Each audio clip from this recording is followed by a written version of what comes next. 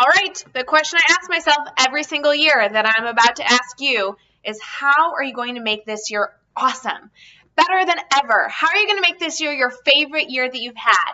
Now, it's very common as a teacher to think about three big things and how to answer that question. And I don't really know if they're the perfect things to think about to find the solution, but it's very commonly the ones that come to mind. How will my students be this year? Who am I working with this year? And what new initiatives are they going to throw at me that first day of Institute? But here's the deal. When we're thinking about how to make this year awesome, there's a lot of other things we should probably worry about because you only have control of you and your classroom. So how can we take the elements we have control over and then shift it to help us make this year awesome, regardless of those three things that is very common for teachers to consider? So what I want you to think about is how you're designing your curriculum. That's the first piece. Because to have a really successful year, students have to learn. So when you're thinking about how you're designing your curriculum, depending on what type of classroom you have, I really want to challenge you to at least consider mastery, focusing on how students are understanding the information rather than how they're going through completing tasks that you might be giving them. Now, depending on where you are throughout your teaching career, what you're exploring throughout PD, this could look differently. If you're on one extreme, maybe you're operating within a complete mastery-based classroom. That's where students are completely getting what they need every single moment to find success. You can use models like the grid method to make this happen in your classroom. But if you're a teacher that's not yet using that, or not yet using a mastery framework that has helped you create a true mastery-focused classroom, what other piece could you consider? Well, there's standard-based grading out there. Standard-based grading or skills-based grading or competency-based grading is just a number of words that simply mean you're assessing the students on what they know.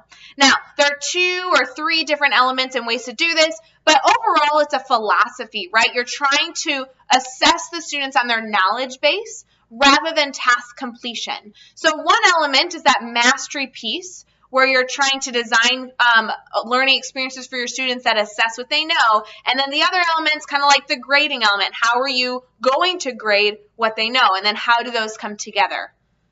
That sounds really large. However, there's other things you could consider too. If those 2 ideas are like not where you're headed, how about retakes? Have you considered retakes this year? How are you going to present information to your students to allow them to really prove their understanding? And then, do they only get one shot?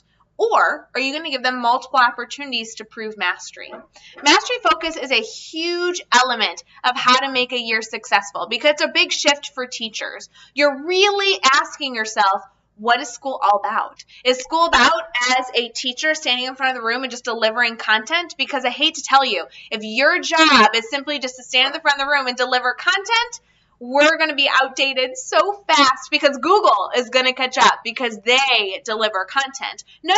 As teachers, we are here to really create learning opportunities for our students that are dynamic and innovative, help them love learning, and then give them feedback on how that learning is going so they can better that understanding.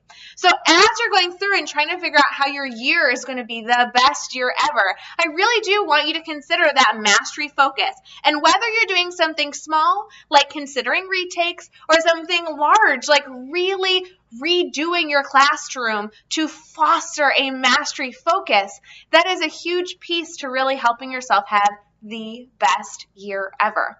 Now, what's another thing you can do? Best year ever. It's not just curriculum, right? There's so much more in the classroom. You need your students to learn, but what about you? What can you do to help yourself have the best year ever? And the biggest element that I can recommend is creating a strong personal learning network, PLN. I like to call it a PLF. Actually, I got that from Tara Martin. She's a fantastic educator. You should totally follow her on Twitter if you don't. But Tara Martin really refers to the PLF, Personal Learning Family. Get a family that supports you in all your endeavors, a family that can answer questions and brainstorm with you. And when you're having those hard days, find your network that you can vent about those hard days and find solutions. Because while we need our students to learn, and while there's so many things we can add into our classroom, the only way you're going to have the best year ever is actually if you focus on you too. don't forget about you.